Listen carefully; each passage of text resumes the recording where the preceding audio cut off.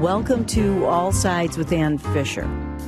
As the host of a live radio show, I do know a thing or two about improvisation. When a guest doesn't show up or we have technical difficulties, the show doesn't stop. You've heard me. I mean, you may not like my brand of improvisation, but I do step up to the plate. Usually we try to avoid this at all costs, however. And sometimes when we least expect it, the show turns out better for the improvisation. Who would ever imagine that? I can't imagine. I'll tell you how many times I've walked out of the studio going, oh, no, and people come up to me and say, oh, yeah. In theater, however, improv actors choose to get on a stage without a script or characters or even a plot and literally make a show on the spot out of nothing but their wits. Joining us now to discuss the art of improv is Barbara Allen of Columbus Unscripted, where she performs and teaches. Welcome, Barbara. Thank you, Ann. Also with us is Bill Sabo. He is an improv performer and teacher and co-founder of Columbus Unscripted. Welcome. Thank you. They are both the co-directors of the second annual Columbus Unscripted Improv Festival, which starts today. For more info, go to our website at wosu.org/allsides. We'll be talking more about the festival and about improv in general in Columbus coming up later in the show. But first of all, Bill, for those unsure of, well, let's start with something else. For those who are unsure of what improv is, one example is the television show Whose Line Is It Anyway, hosted by Drew Carey. In this clip from the show, the performers are playing a game where they can only speak in questions. The setting is on the Titanic. Are you the king of the world? Will you be my queen? Can you save me? Can you swim? Can it help me? Do you have difficulty speaking? Don't you know English is not my first language? So anyways, Bill, can you tell us a bit about what we mean by improv? Maybe somebody doesn't know it. From my perspective, improv is making stuff up. It's that simple. Trying to get on stage with nothing in your head and starting somewhere and stopping for just a millisecond to see what you've created, and having a strong choice and going with what you created and giving it content and context and then making something out of it. It's a process rather than a product. And you practice doing this, something that you'll never do again? Right, that sounds crazy. Yes, You practice improv? It does. Okay. Yes. Practicing for us, and I'm going to speak for See You Thursday, is more a process of bonding and getting to know each other and getting to know how to play on the stage with each other. And that's not to say getting to predict, right, but getting comfortable in a person's voice and getting comfortable in how they're going to improvise with you. That way you can create a myriad of characters and situations and scenes and slices of life is what basically an improv scene is. It's a slice of life. Something happened before, something's going to happen after, and you get to see this one little snippet. That's why we practice, to get to know each other, to bond, and to be fluid on stage. I think it creates ensemble. For me, it's about knowing people well, so you're kind of in touch with them on a different frequency.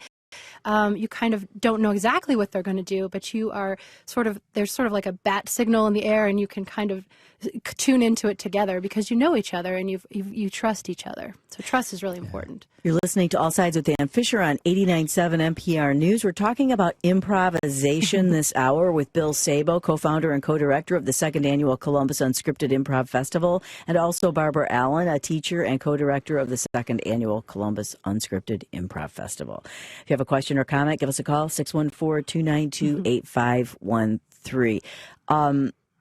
So when you work together as an ensemble, you get to know each other. You can learn to anticipate sort of what they're going to come back with. Do you ever have inside jokes going on up on the stage where you know why they've come up with that, but the audience may not? It may still be funny for the audience or fun to watch.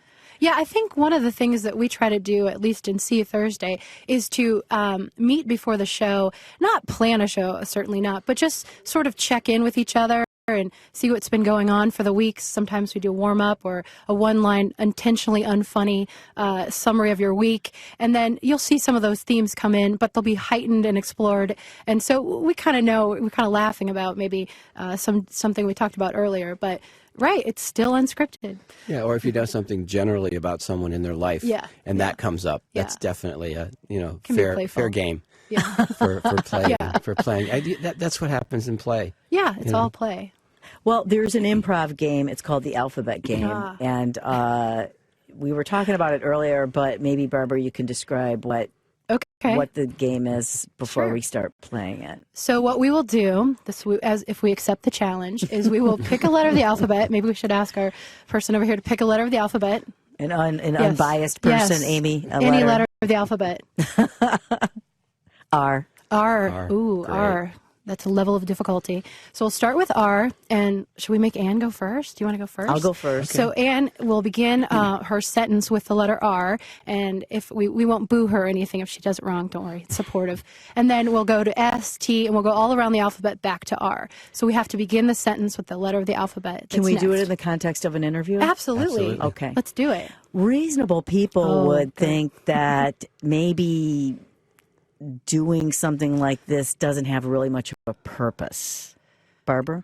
Talk to me about reasonable people. They're wrong. It definitely. Now, see, I forgot the question, and I forgot. I got Reasonable so excited. people would say this doesn't have much of a purpose. And you started Well, it with says- a T. No, oh my gosh, and I blew it. I have failed at You blew improv. this game. And I was already on to you saying you, and I was going to be doing You guys were why. pre-planning. Okay. Fail in improv. Start over. Start over. So can I start with it? Yes. Reasonable people would wonder, what is the purpose of improvisation? Some would say it's just an art form. That's simple enough.